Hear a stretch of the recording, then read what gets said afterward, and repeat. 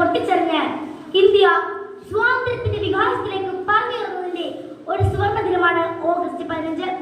സ്വാതന്ത്ര്യം, ജനാധിപത്യം, മതേതരത്വം, സോഷ്യലിസം തുടങ്ങി അനേകം മൂല്യങ്ങൾക്കായി നമ്മുടെ പൂർവികരായ മഹാരഥന്മാരായ ജനനേതാക്കൾ Mahatma Gandhi, Pandit Jawaharlal Nehru, Motilal Nehru, Lal Bahadur Shastri, Mangal Pandey, Lala Lajpat Rai, Netaji Subhash Chandrabose, Sardar Vallabhbhai Patel, Bhagat Singh, Chandrasekhar Azad, doctor BR. Ambedkar, Nana Sahib, C Rajagopalachari, Bipin Chandra Pal, doctor Rajendra Prasad, Balagangadhara Tilak, Gopalakrishna Gokhale, Shankar Dayal Sharma, K. Kelappan, Sarojini Naidu തുടങ്ങിയ അനേക സ്വാതന്ത്ര്യ സമര സേനാനികൾ സൂര്യനസ്തമിക്കാത്ത ബ്രിട്ടീഷ് സാമ്രാജ്യത്തെ ശക്തിയോട് പോരാടിയും ജീവത്യാഗം ചെയ്തും നേടിത്തന്നതാണ് ഈ സ്വാതന്ത്ര്യം.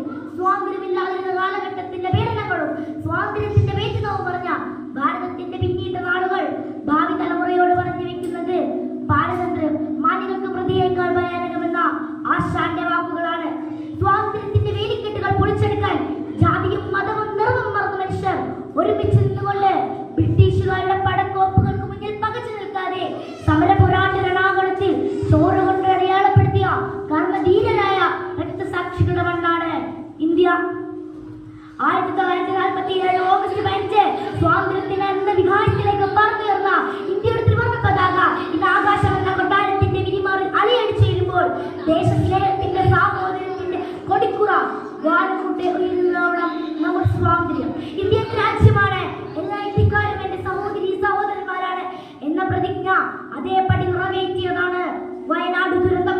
വസന്തകളൊന്നുമായി കൊഴിഞ്ഞുപോയ വയനാട് ദൈവം കൈവിട്ട ഭൂമിയിലേക്ക് മനുഷ്യർ പാലമെടുത്ത കാഴ്ച, കരുണയുടെ സ്നേഹത്തിന്റെ ജീവന്റെ പാലമെടുത്ത കാഴ്ച നമ്മൾ കണ്ടു കഴിഞ്ഞു. ഇതാണ് ഇന്ത്യ. ഒരുപാട് പുണ്യാത്മാക്കളുടെ ജീവത്യാഗത്തിന്റെ ഫലമായി നാം ഇന്ന് അനുഭവിക്കുന്ന സ്വാതന്ത്ര്യം, അതിന്റെ അമർന്നു നിറയുന്ന സ്നേഹത്തിന്റെ ഇന്ത്യ.